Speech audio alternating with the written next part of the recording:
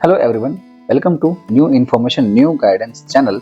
जैसे कि आप जानते हैं, हम क्लास 12 साइकोलॉजी के सेकंड चैप्टर की बात इस समय कर रहे हैं, जिसके हम पार्ट 1 और पार्ट 2 के वीडियो ऑलरेडी अपलोड कर चुके हैं। इसकी बात हम स्टार्ट करेंगे पार्ट 3, जहाँ पे कि पर्सनैलिटी को समझने के लिए जो बाकी अप्रोचेज हैं हम उसे कंटिन्यू करेंगे। जैसा कि हमने पिछले पार्ट में बात अपनी खत्म की थी सिगमंड फ्रॉइड पे ला करके, तो सिगमंड फ्रॉइड के जो कंसेप्ट थे उसको आगे बढ़ाया कुछ साइकोलॉजिस्ट या रिसर्चर्स ने, जिसे बाद में कहा गया पोस्ट फ्रॉइडियन अप्रोच या फिर नियो एनालिटिक और पोस्ट फ्रॉइडियन व्यू, जिन्होंने सेक्सुअल एंड एग्रेसिव टेंडेंसीज जो हैं इड की उसे कम किया और ये देखा कि भाई जो एम्फेसिस है ना वो ईगो के कंसेप्ट पे ज्यादा दिया गया, यानी कि रियलिटी में रह करके इन्होंने चीजों को सोचने की कोशिश की।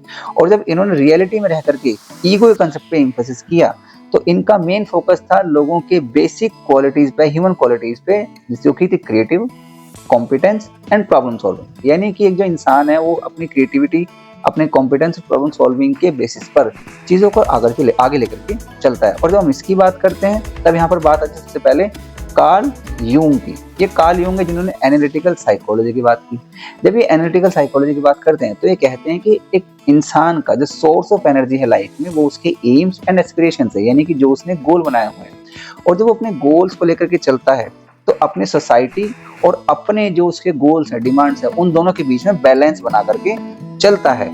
और इसी बैलेंस बनाने की वजह से उसका जो पर्सनल अनकॉन्शियस है और कलेक्टिव अनकॉन्शियस है, उन दोनों के बीच में एक तरीके से यूनिटी और एक पीस बन करके आती है। यहाँ पर क्वेश्चन ये आता है कि कलेक्टिव अनकॉन्शियस क्या है। कलेक्टिव अनकॉन्शियस या फिर आर्कटाइप्स ऐसे प्री मॉडल इमेजेस हैं जिन्हें हमने इनहेरिट किया अपनी सोसाइटी से या अपनी फैमिली से, मिथ्स के रूप में, ड्रीम्स के रूप में। कहने का मतलब ये, अगर हम ये कहते हैं कि भाई अंधेरे में जाने में डर लगता है, या फिर रात में हम लोगों को सो जाना चाहिए, या फिर अच्छे और बुरे का कॉन्सेप्ट क्या होता है, ये सारे आइडियाज, जो आइडियोलॉजीज हैं, ये हमारे आर्कटाइप से, यानी कि हमारे सोसाइटी का जो अनकॉन्शियस है वहां से निकल करके आता है। तो कहने का मतलब सिंपल लैंग्वेज में ये है कि आर्कटाइप्स और कलेक्टिव अनकॉन्शियस का मतलब है हमारी सोसाइटी का अनकॉन्शियस, राइट।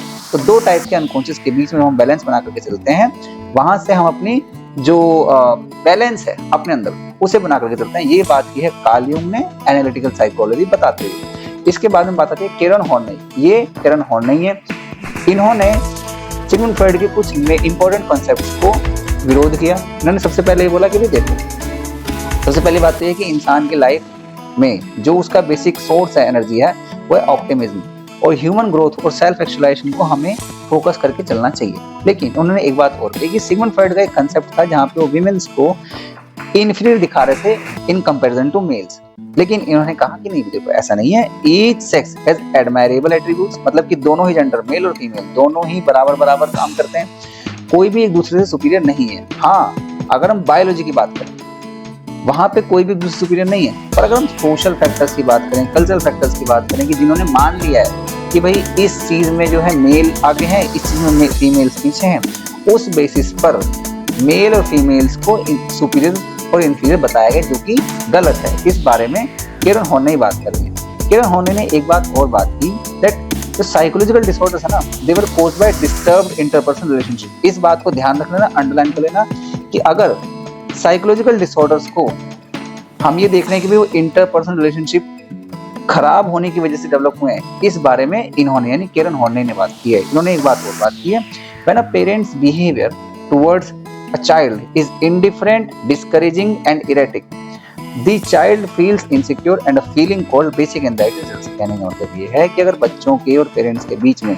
अच्छी रिलेशनशिप नहीं होती बचपन से ही, तो बच्चों के अंदर एक बेसिक एंजाइटी डेवलप होती है। उसकी वजह से पेरेंट्स के प्रति जो एक डीप रिजेंटमेंट या गुस्सा होता है बच्चों में, वो निकल करके सामने आता है और उससे एक एंजाइटी डेवलप होती है। उस बेसिक एंजाइटी से उन दोनों के इंटरपर्सनल रिलेशनशिप खराब होते हैं एंड इवेंचुअली वो साइकोलॉजिकल डिसऑर्डर्स के रूप में हमें बाद में देखने के लिए मिलती है। ये कंसेप्ट कैरन हॉर्नेय ने दिया है, मैंने नहीं दिया है। अब हम आगे चलते हैं।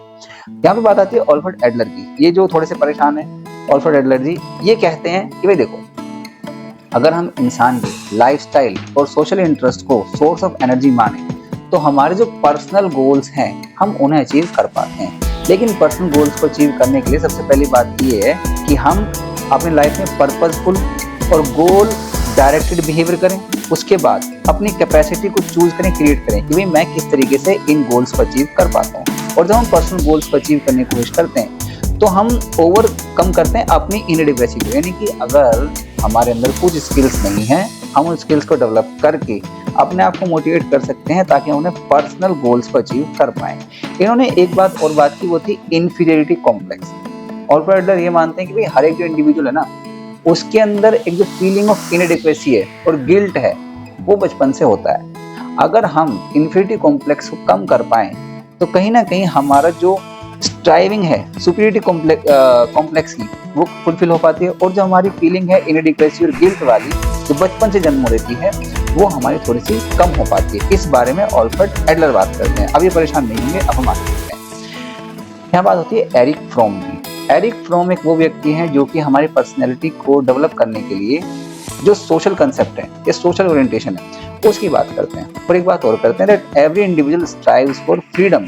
कौन सी फ्रीडम? हमें कौन सी फ्रीडम चाहिए? हमें फ्रीडम चाहिए ताकि हम अपनी जो ग्रोथ है, जो रियलाइजेशन है उसे अचीव कर पाएं, अपने पोटेंशियल को अचीव कर पाएं। इसके साथ साथ हम जस्टिस डिमांड कर पाएं सोसाइटी में। कौन सा जस्टिस? जस्टिस मतलब justice of freedom to live, and हम अपने डिसीजन ले पाएं। इसके साथ साथ ट्रुथ की बात यहाँ पर होती है जो कि एरिक फ्रॉम बात करते हैं। एरिक फ्रॉम सोशल प्रोसेस और कल्चर के बेसिस पे हमारे जो पर्सनल्स की ट्रेड्स होते हैं वो डेवलप करते हैं। कहने का मतलब ये है कि हमारा जो सोशल प्रोसेस है, कल्चर है, वो लोगों के ट्रेड्स को डेवलप करते हैं, ऐसा एरिक फ्रॉम का मानना है। एरिक फ्रॉम की फोटो नहीं लगा रहा हूँ, आप लोग वीडियो के बाद जरूर देखना कि एरिक फ्रॉम देखने में कैसे थे, क्योंकि ह्यूमन कंसर्न की बात करते हैं पर्सनैलिटी डेवलपमेंट में। आगे बात आती है एरिक एरिक्सन की। देखो जी, ये चेहरा देख लो, आपके पेपर में इससे क्वेश्चन आएगा। एरिक एरिक्सन एक ऐसा व्यक्ति जिसने साइको सोशल डेवलपमेंट के लिए कुछ स्टेजेस की बात की। उन स्टेज के बारे में आपने शायद क्लास 11 में पढ़ा होगा। यहाँ हम एक स्टेज की बात कर रहे हैं जिसका नाम है आइडेंटिटी वर्सेस रोल कंफ्यूजन, जो कि हमारे एडोलसेंस की एज में आती है। तो ध्यान रखना है कि आप किस स्टेज में हो अभी। आप अभी आइडेंटिटी वर्सेस रोल कंफ्यूजन में हो, जो कि 12 से 18 साल के बीच में आती है अकॉर्डिंग टू एरिक एरिक्सन। और यहाँ हम अपनी आइडेंटिटी की खोज कर रहे होते हैं। कैसी आइडेंटिटी? मतलब ये देखना कि भाई मेरा पोटेंशियल क्या है। दूसरी बात, अगर आपने देखा होगा कई बार कि पेरेंट्स आपसे कहने की अरे अभी ये काम मत करो, अभी तुम छोटे हो, या फिर कोई रिस्पॉन्सिबिलिटी वाला काम हो, अरे तुम इतने बड़े हो गए और तुमने ये रिस्पॉन्सिबिलिटी नहीं ली। तो यहाँ पे बच्चों में कंफ्यूजन रहता है, मैं छोटा हो गया हूँ क्यों बड़ा हो गया हूँ। तो यहाँ पे आइडेंटिटी की जो सर्च है वो लोगों की चलती रहती है। अगर हम इजीली अपने आसपास के एनवायरनमेंट के अकॉर्डिंग अपनी चीजों को समझ पाए कि मेरा रोल क्या है, तो हम आइडेंटिटी बना पाते हैं। अदरवाइज हम उस कंफ्यूजन में थोड़ा सा परेशान रहते हैं आगे तक। यहाँ लिखा है teams explore personal identity and sense of self. इसकी बात कौन करते हैं? Erik Erikson. और जब एरिक एरिक्सन इसकी बात करते हैं तो ये बताते हुए कहते हैं कि भाई लोग जो हैं आइडेंटिटी को सर्च करते रहते हैं, ठीक, और लाइफ लॉन्ग डेवलपमेंट और ईगो आइडेंटिटी को फोकस कर रहे होते हैं। फिर जब ईगो आइडेंटिटी को फोकस कर रहे होते हैं तो अगर हम ऐसा नहीं करते हैं तो एडोलसेंस की एज में हमें आइडेंटिटी क्राइसिस होता है और हम समझ नहीं पाते कि हमें क्या करना चाहिए, क्या नहीं करना चाहिए। वहाँ पे रोल आता है गाइडेंस का। हालांकि हम वहाँ पे फोकस नहीं करेंगे। अब हम आगे चलते हैं। एरिक एरिक्सन की बात हो गई। कितनी स्टेजेस दी हैं? 8। हम यहाँ पे किस स्टेज की बात करें? स्टेज नंबर 5, जिसका नाम है आइडेंटिटी वर्सेस रोल कंफ्यूजन। आगे बढ़ते हैं। साइकोडायनेमिक थ्योरीज की अगर हम क्रिटिसिज्म की बात करें तो सबसे पहली बात यह है कि केस स्टडीज से बेसिस थे और साइंटिफिक बेसिस बहुत ही कम था।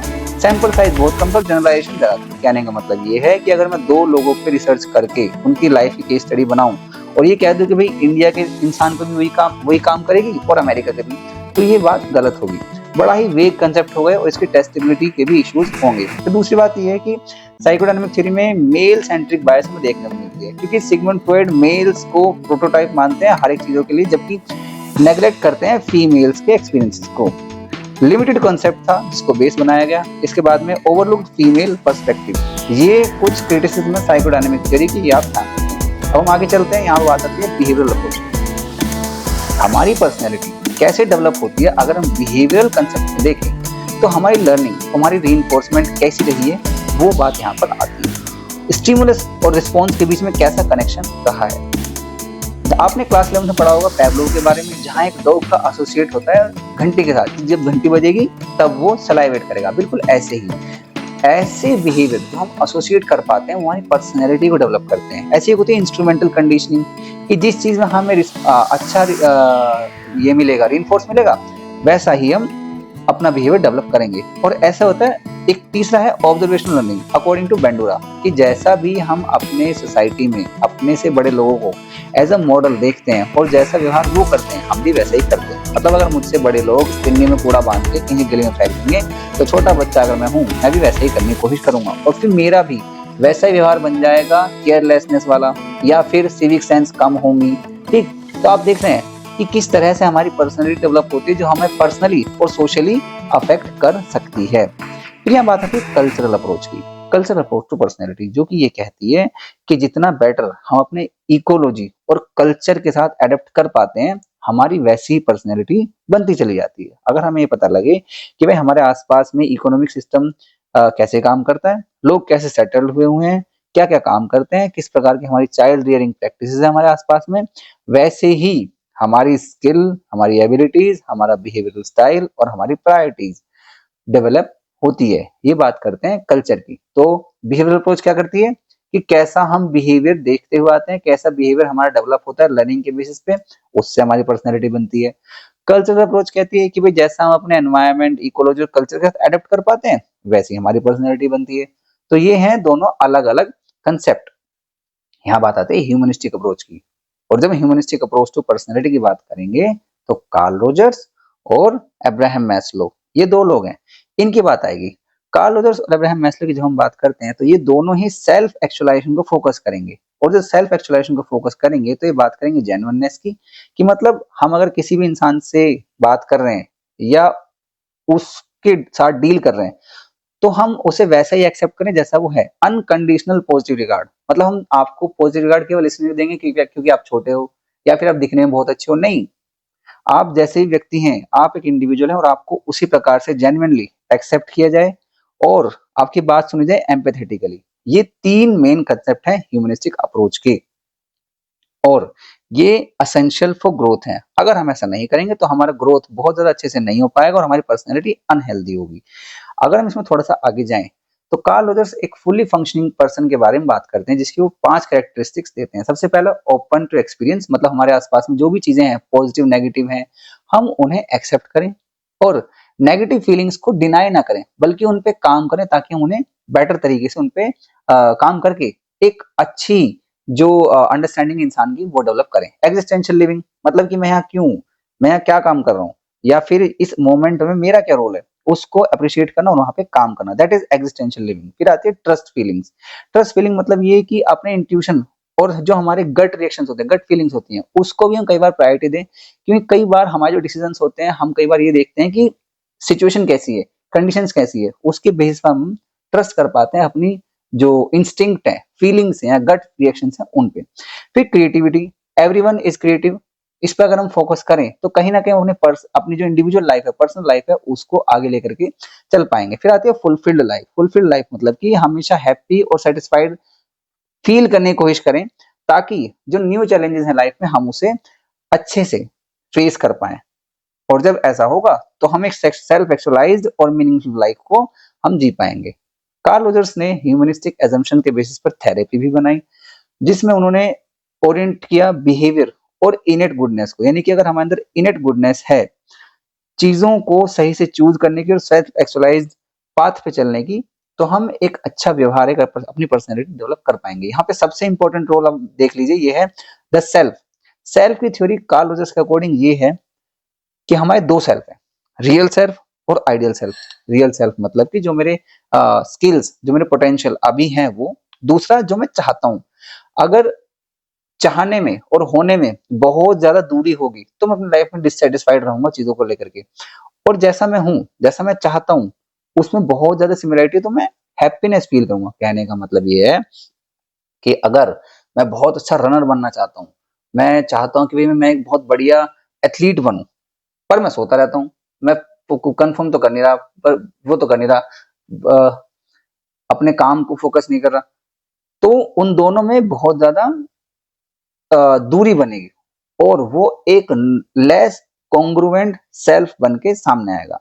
फिर यहाँ पे एक चीज आती है social influence and self concept, यानी कि अगर हम बहुत ज्यादा इन्फ्लुएंस होंगे अपने सोसाइटी से तो हमारा जो सेल्फ कॉन्सेप्ट होगा बहुत ही कम डेवलप होगा। अनकंडीशनल पॉजिटिव रिगार्ड की बात हम कर चुके हैं, और क्लाइंट सेंटर्ड थेरेपी नाम की एक थेरेपी कार्ल रोजर्स यहाँ से डेवलप करते हैं, जिसके बारे में हम आगे बात करेंगे। यहाँ पे बात आती है मैस्लोज हायरार्की ऑफ नीड्स की। अब्राहम मैस्लो ने ये बात की कि भी हमारा जो डेवलपमेंट है वो हमारी जो नीड्स हैं उनके फुलफिल होने के बेसिस पर डिपेंड करता है। तो फिजियोलॉजिकल नीड्स वो नीड्स होती हैं जैसे कि हमारी भूख प्यास, ये वाली जो नीड्स हैं जब वो फुलफिल होती है तब हम सेफ्टी नीड्स की तरफ बढ़ते हैं। मतलब हम ये कोशिश करते हैं कि भाई जो भी हमारे आसपास में डेंजर्स हैं अगर वो कम होंगे तो हम सेफ फील करेंगे और फिर हम सोसाइटी में जो भी बिलोंगिंगनेस है बाकी लोगों के साथ वो हम अचीव कर पाएंगे। यानी कि अगर हमारी बेसिक नीड्स फुलफिल हो रही है फिर हम देखते हैं कि हम सेफ हैं। अगर हम सेफ हैं तो हम सोसाइटी के आसपास जाते हैं, लोगों से बात करते हैं, मिलते हैं। और जब ऐसा होता है तो हमारे सोसाइटी में स्टेटस बनना शुरू होता है और इस स्टेटस के बेसिस पर हम कोशिश करते हैं कि अब ये देखें कि सोसाइटी को मैं कैसे रोल प्ले हेल्प कर सकता हूँ, मेरा रोल क्या है सोसाइटी में। और जब ऐसा हो पाएगा तो हम सेल्फ एक्चुअलाइजेशन की तरफ बढ़ पाएंगे। इसी बारे में अब्राहम मैस्लो ने इस कंसेप्ट के माध्यम से समझाया है कि जब हमारे सामने चॉइस होगी, हमारे पास फ्रीडम होगी अपनी लाइफ को शेप अप करने की, तब हम एक ऑप्टिमिस्टिक और पॉजिटिव माइंडसेट कर आगे बढ़ेंगे। दूसरों के प्रति एक लवनेस होगी, जॉय होगा, क्रिएटिविटी होगा लाइफ में, और उसके बाद में हम एक फुलेस्ट पोटेंशियल की तरफ रीच कर पाएंगे। फिर यहाँ से बात आती है अ हेल्दी पर्सन। अगर हम ह्यूमनिस्टिक पर्सपेक्टिव बात करें एक हेल्दी पर्सन की, तो पहली बात तो अपने टुवर्ड्स अवेयरनेस एंड एक्सेप्टेंस होना बहुत जरूरी है। दूसरा, हियर एंड नाउ में रहें, जो अभी चल रहा है माइंडफुलनेस के साथ साथ जो अभी चल रहा है वहां रहें, ना कि ये सोचे कि पास्ट में क्या हुआ था या फिर फ्यूचर में पता नहीं क्या होगा। तो अगर हम इन चीजों पे फोकस ना करें, एंग्जाइटी फील नहीं करेंगे, पहली बात। दूसरी बात, हम कोशिश ये करें कि अभी जो मुझे स्टेप लेना है मैं उसे सही तरीके से स्टेप को ले पाऊं। तो इस वीडियो में फिलहाल इतना ही। अब हमारा एक लास्ट कॉन्सेप्ट बचा है असेसमेंट ऑफ पर्सनैलिटी, जिसे हम नेक्स्ट वीडियो में कंप्लीट करके इस वीडियो को इस चैप्टर को कंप्लीट कर चुके होंगे। सो थैंक यू सो मच। अगर आपको कोई भी आइडिया हो, कोई भी कंसेप्ट आपको लगता है कि दोबारा से समझना है या फिर उससे प्रति मेरी अंडरस्टैंडिंग क्लियर नहीं है तो आप हमें कमेंट में जरूर बताएं। इसके साथ साथ हम जो भी चैप्टर्स क्लियर करते हुए जाएंगे उनके एमसीक्यू की वीडियो भी हम साथ के साथ आगे आके डालते रहेंगे। ठीक है, so thank you so much, goodbye, God bless you.